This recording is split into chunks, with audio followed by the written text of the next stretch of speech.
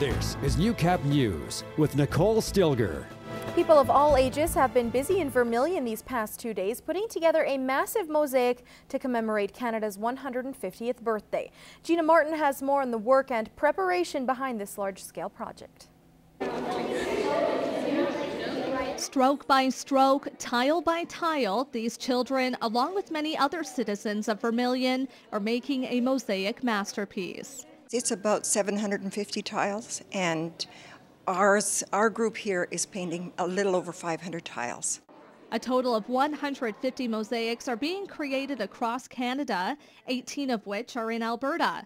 An art project of this size took a lot of planning and decision-making, including where to keep the mosaic once it's finished.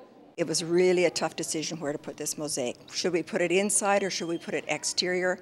So we finally went with the entranceway of the stadium because it means 25,000 to 30,000 fairgoers will see it every year as they come into the stadium.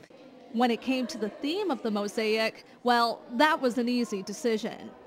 We chose the college building that burned down, and the reason why we went with the college is that it's amazing the impact that the college has had on the region and on Western Canada, actually.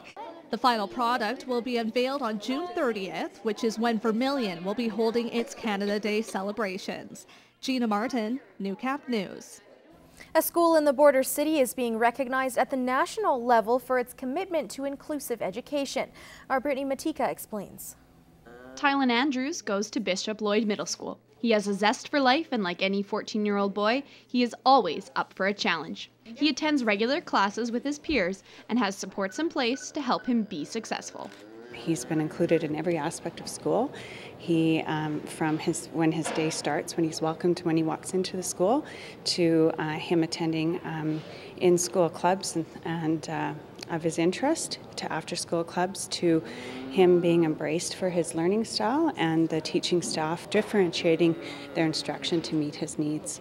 Bishop Lloyd Middle School has been selected as the recipient of the National Inclusive Education Award by the Canadian Association for Community Living. They've really done a lot of fantastic work in the culture of the school and the culture of inclusion. We've spent a lot of time in our building making sure that every student in our building feels like they are welcomed and belong and feel that they have a sense of purpose and they have a role to play in our school. And so it means a lot that it's recognized that we've spent that time doing that and that people understand why it's important to us. Bishop Lloyd Middle School has been honored to receive this national award, and they hope that other schools within the province will continue to have inclusive education in their classroom as well. Brittany Matika, Newcap News. Eating pizza and learning French, two ideas you wouldn't expect to go together, but that's exactly how one kindergarten class at St. Thomas spent the morning. In this week's Beyond the Classroom, we see how the French immersion class is expanding their vocabulary in a unique way. Kelly Houry's bilingual kindergarten class is learning about pizza, talking about the 4 food groups and how the popular dish touches on all 4 of those groups. Now to supplement that lesson, a tour of Boston Pizza. They got to learn about what kinds of things they can put on the pizza. They got a tour of the kitchen, got to see where their pop comes from and their ice. But this is ultimately a vocabulary lesson. Did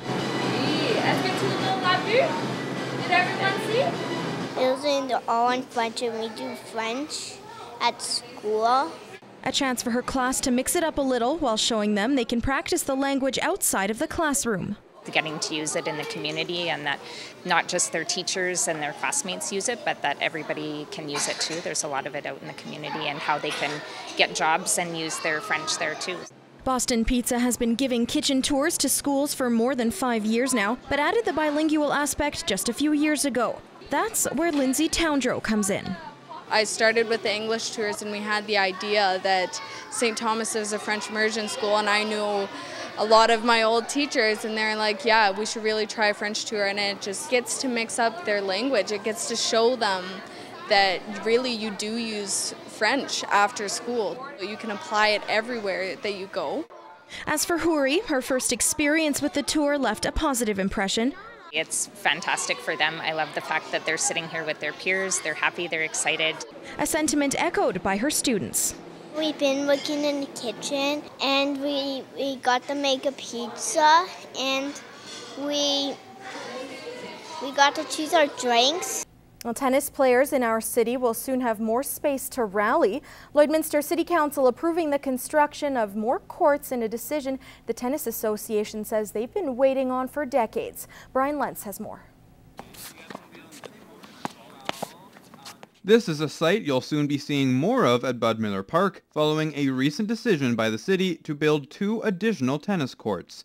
Despite the approved construction coming in under budget, there was opposition within council.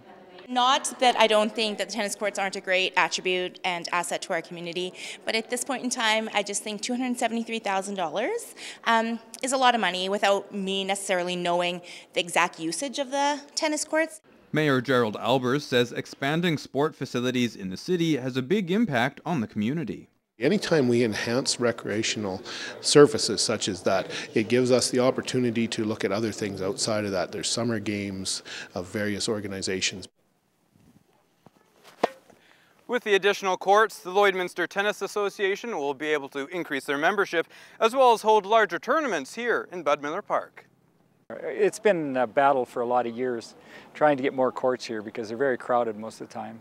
We're maxed out most of the time for lessons, and we try to leave enough courts open for the public so that, you know, they're happy as well. The new spaces are scheduled to be constructed alongside existing infrastructure by August this year, but the Tennis Association hopes to one day have locations across Lloydminster. We want to spread the sport not only in one spot of the city, but we're trying to, create more venues for both sides of the provinces. Brian Lentz, Newcap News. Over 500 years ago, Galileo challenged the scientific community with his ideas of planets revolving around the sun. Gerard Lampow finds out how some school kids are taking one more step forward as they look at the edge of space. I heard about it last year when he asked us what we were going to do. He's like, we either go to Drumheller or we stay here and do a weather balloon. You could do a lot with $1,000 in bake sales and some weather gear from the University of Regina. That's what grade 6 from Cut Knife Elementary are finding out as they get ready to look at the edge of space. I actually helped put the capsule up on. I hooked it onto the rope where you're supposed to put the rope on the balloon. We've got a camera to record the flight, of course. We got a picture of our class. The idea was a class photo in space. And then from the University of Regina, we've got a temperature sensor, a hydrometer, a barometer, and an oxygen and carbon dioxide sensor. The balloon has about 1,200 grams of lift and the payload is about 800 grams. It'll take about 2.5 hours to reach a maximum height of some 30 kilometers in the air. And with all of the bells and whistles on board, these youngsters are expecting to get quite the interesting reading. 3, 2, 1!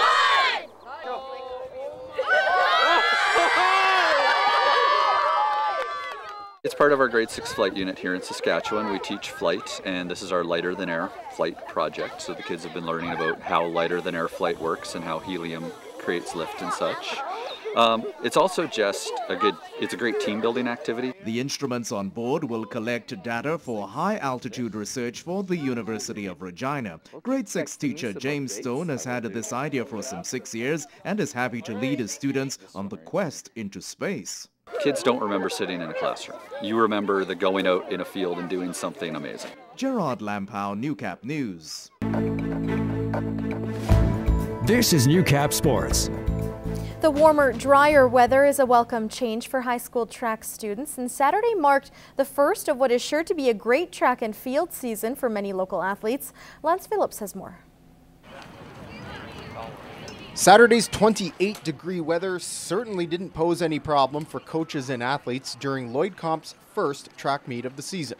It provided an opportunity for many athletes to build on a successful 2016 season. I think the kids are all just looking for improving on what they maybe did last year, or even just getting to where they were at the end of last year. And then we'll hope that the next couple of weeks they can add a few inches or take off a few seconds. I'm hoping to make it all the way to provincials.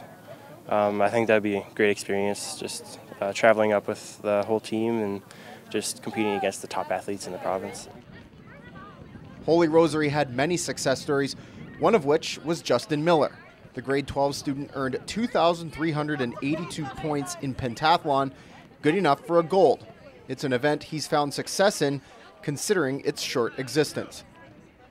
No, last year they introduced it, and Oreo kind of told me to do it because I already did shot put and high jump. I'm a natural athlete, I guess, so just kind of told me to do it. Yeah, it's fun. Meet some great guys. Good competition. Another athlete who had a great showing was Chantel Marmalak in the 100-meter race, and in this case, time didn't matter. I have fun race with TJ. You have fun racing? Yeah. She did really good. Her arms were moving. We have to work a little bit on the lines, but that's something she knows. She follows the same rules as everybody else. She uses the starting blocks, she stays between the lines, and she finishes strong. For Chantel, the run is more of a social function in early season track, but who exactly was she waving at? Her. Yeah? Yeah. And Emily and Mom and the end. The first meet of the season, it's exciting to see all of the people, and a lot of people come and cheer for her. So it's really exciting for her to see and hear all of the people calling to her. So yeah, it's a little bit distracting, but by the end of the season, she won't do that anymore. Lance Phillips, Newcap Sports, Lloydminster. Roller derby, certainly not a mainstream sport by any stretch, but that doesn't mean it isn't fun. In fact, as our Lance Phillips found out in his first experience with the sport, it's a blast to be a part of, even from the sidelines. If you've never witnessed a roller derby game, it looks chaotic. People banging and body checking while two others fly around an oval track and try to get through the train wreck. Oh yeah, and everyone's on roller skates. Despite how dangerous it looks, it's not. In fact, it's easy to see everyone's having fun. Everybody's very friendly. It's like playing a big old game with your family, you know, and it's just a lot of fun.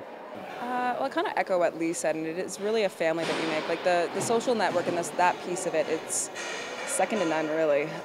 You meet a lot of people that you would never normally come cross paths with, but here we are, all under the same roof playing derby. Sunday was a full day of roller derby at the Kit Scotty Arena, bringing together people from all over the Midwest region. So today we had a scrimmage, so there was a junior game, a rookie-ish game, and an advanced game. And one really neat thing about having that as opposed to a regular league game is that it actually involves skaters from the entire region. So we've had people here from Kindersley, Edmonton, and everywhere in between. So it's really neat that you can actually bring that kind of community together. One of the most noticeable takeaways from a day watching roller derby is the inclusive culture it fosters. Once you start playing and once you experience a camaraderie, people tend to keep coming back. Like, it's kind of addicting that way. It's typically the people that don't necessarily fit into the volleyballs or the basketballs or the traditional sports. So this is a sport that actually, come one, come all. It's actually all ages. It doesn't matter your fitness level. We will train you, and there's always a place for you on our team. Lance Phillips, Newcap Sports, Kit Scotty.